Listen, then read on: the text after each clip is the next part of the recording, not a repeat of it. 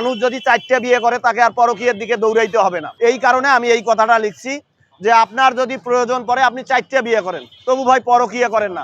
গলায় ফুলের মালা, বরবেশে মাথায় টুপি আর হাতে সচেতনতামূলক প্লেকার্ড। এভাবেই রংপুর নগরীর ব্যস্ত সড়কে দাঁড়িয়ে পরকীয়ার বিরুদ্ধে প্রতিবাদ জানালেন রেজাউল ইসলাম রেজা নামে এক যুবক। তার এই ব্যতিক্রমী উদ্যোগ পথচারীদের দৃষ্টি কাড়ার পাশাপাশি সমাজে সচেতনতার বার্তাও ছড়িয়ে দেয়।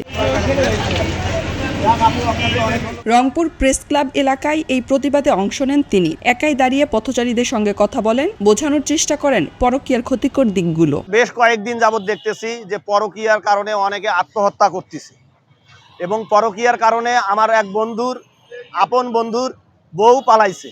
2 দিন বিয়ে করার 2 দিন হয়েছে, 2 সন্তানের বাবার সঙ্গে বন্ধুর বউটা পালাইছে।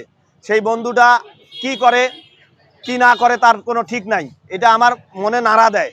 তো আমি কই, আমি তো ফেসবুকে অনেকভাবে বিনোদন দিয়ে থাকি, মানুষকে সচেতন করার জন্য কাজ করে থাকি।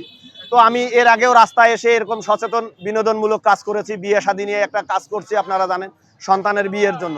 তো ওই বিয়ে শাদীর কারণে আমাদের অনেক কিছু জড়িত থাকে। এই বিয়ের কারণে পরকীয়া করে মানুষ, এই বিয়ে না করার কারণে পরকীয়া করে।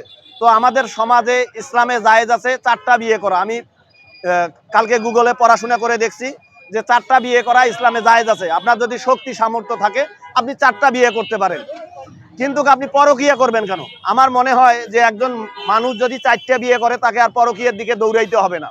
এই কারণে আমি এই কথাটা লিখছি যে আপনার যদি প্রয়োজন পড়ে আপনি 4টা বিয়ে করেন, তবু ভাই পরকীয়া করেন না। রেজাউল ইসলাম রেজা পেশায় একটি ফুড ডেলিভারি প্রতিষ্ঠানের রাইডার। তার বাড়ি রংপুর নগরীর আমাশু কুকরুল এলাকায়। এইচএসসি পর্যন্ত পড়াশোনা করা রেজাউল 5 বছর আগে বিয়ে করেন। তার একটি ছোট মেয়ে রয়েছে।